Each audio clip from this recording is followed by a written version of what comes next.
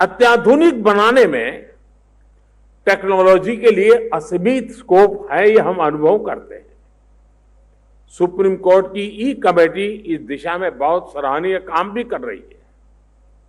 इस काम को आगे बढ़ाने के लिए इस साल के बजट में ई कोर्ट मिशन फेज 3 का ऐलान किया गया है। पूर्वोत्तर जैसे पहाड़ी और रिमोट एरिया के लिए तो जस्टिस डिलीवरी सिस्टम में टेक्नोलॉजी का इस्तेमाल और भी अहम हो जाता है। आज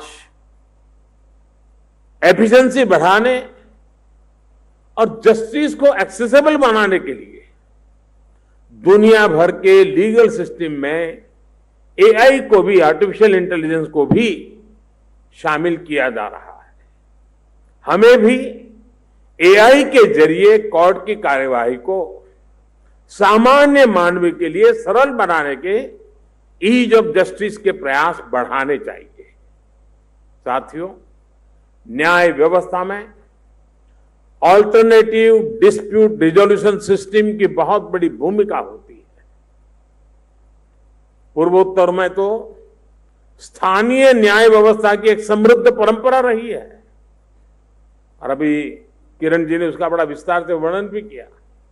और मुझे बताया गया है कि प्लेटिनम जुबली सेलिब्रेशन के अवसर पर गुवाहाटी हाईकोर्ट के लॉ रिसर्च इंस्टीट्यूट ने 6 किताबें प्रकाशित की हैं। ये किताबें कस्टमरी लॉज पर लिखी गई है। मैं समझता हूं ये बहुत ही सराहनीय कदम है। इस तरह की प्रथाओं के बारे में भी लॉ स्कूल में पढ़ाया जाना चाहिए। साथियों, ईज ऑफ जस्टिस का एक प्रमुख अंग देश के नागरिकों को कानून के हर पक्ष की सही जानकारी होना भी है। इससे देश और संवैधानिक संस्थाओं में उसका भरोसा बढ़ता है। इसलिए सरकार में हमने एक और प्रक्रिया शुरू की है। जब कोई नया कानूनी मसौदा तैयार होता है तो उसका एक सिंपल वर्जन भी तैयार करने पर जोर दिया जा रहा है। कोशिश यही है कि कानून ऐसी भाषा में लिखा जाए जो लोगों को आसानी से समझ में आ जाए। ऐसी ही अप्रोच हमारे देश की अदालतों के लिए भी बहुत मददगार साबित होगी। आपने देखा होगा, हमने एक भाषिणी प्लेटफॉर्म लॉन्च किया है ताकि हर भारतीय अपनी भाषा में इंटरनेट और उससे जुड़ी सेवाएं हासिल कर सके। मेरा आपसे भी आग्रह है कि आप इस भाषिणी वेब पर जरूर जाके देखिए, बहुत सामर्थ्यवान है। विभिन्न कोर्ट्स में भी इस प्लेटफॉर्म का लाभ लिया जा सकता है। साथियों, एक अहम विषय जिसको ऋषिकेश जी ने भी उल्लेख भी किया, हमारी जेलों में बड़ी संख्या में अनावश्यक रूप से बंद कैदियों का भी रहता है। हमारे मेहता जी ने भी उसका उल्लेख किया। किसी के पास जमानत के पैसे नहीं है तो किसी के पास जुर्माना भरने के पैसे नहीं है, और कुछ लोग ऐसे हैं जो सब कुछ हो गया है लेकिन परिवार के लोग ले जाने के लिए तैयार नहीं है। ये सब लोग गरीब और कमजोर वर्ग से आते हैं।